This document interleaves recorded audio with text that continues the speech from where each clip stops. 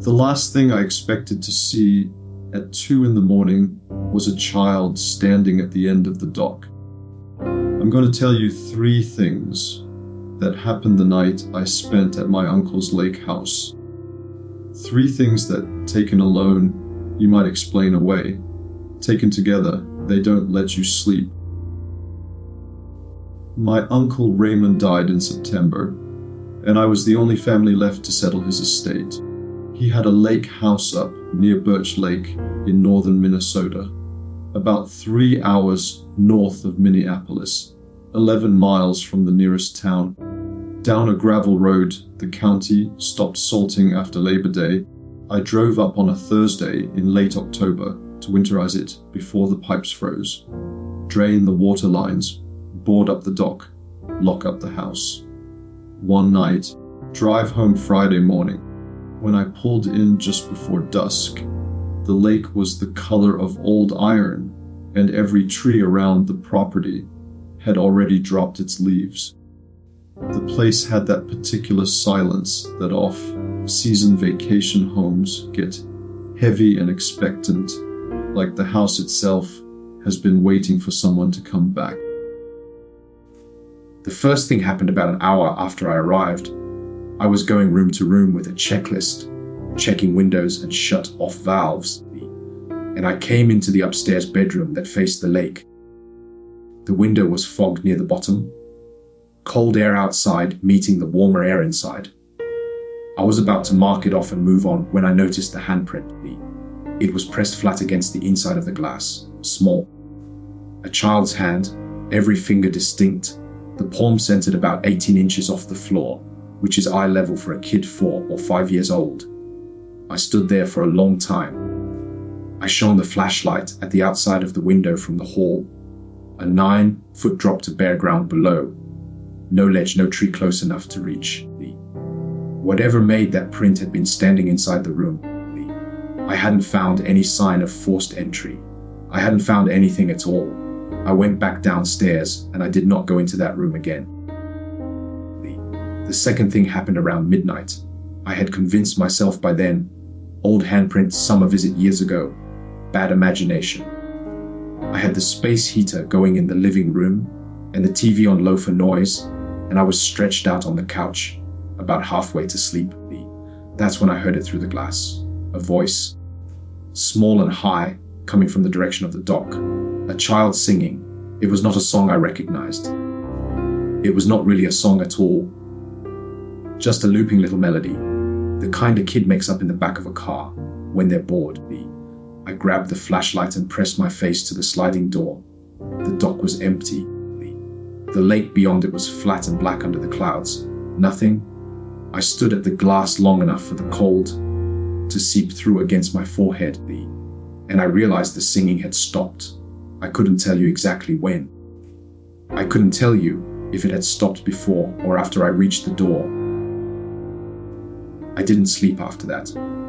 I lay with the lamp on and stared at the ceiling, and somewhere around 1:30 I must have finally drifted off. Because at 2 a.m. I came awake suddenly and completely. The way that happens when something calls you back from sleep, before your body is ready. No sound I could place, no bang, no voice. Just that sharp, cold wrongness of being awake before I was supposed to be. The space heater had cycled off. The TV had gone dark. The only light in the room was coming off the lake, a flat, colorless wash of moonlight through the sliding door. I sat up on the couch. I could see the dock from where I was sitting, all the way to the end where the boards met the water. That is when I saw the figure. It was small, standing at the very end of the dock, right where the boards dropped off into the lake. Dark clothes, hood down, facing the water with its back to the house, maybe 4 feet tall, maybe less. And it was completely still, no shift, no sway, despite the wind off the lake that had been moving the tree line all night. I don't know how long I sat there before I accepted what I was looking at. Then it turned its head, just the head. The body stayed facing the water and the head rotated back toward the house. I hit the porch light. The dock flooded yellow and empty. I stood at the glass and counted to 30.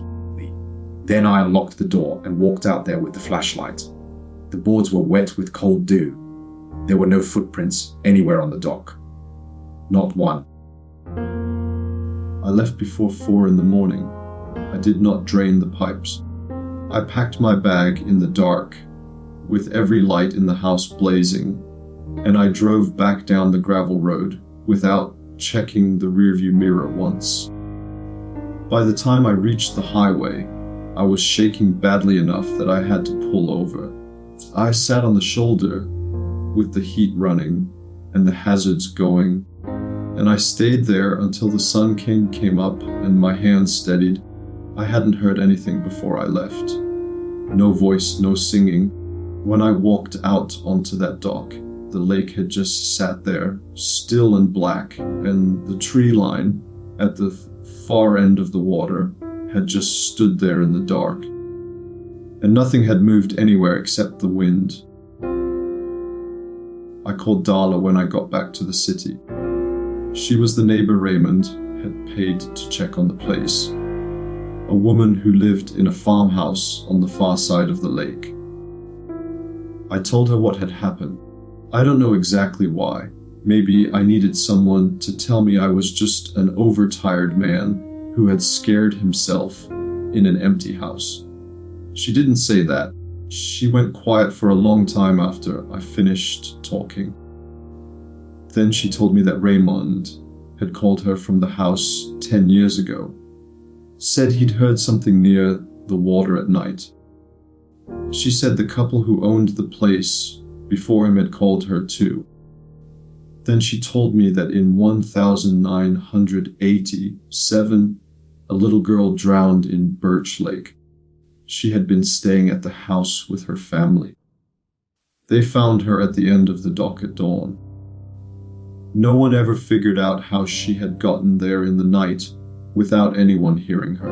Darla said she didn't know what was at that house now, but she said it seemed to come around whenever someone new took it over, like it was seeing if you were going to stay.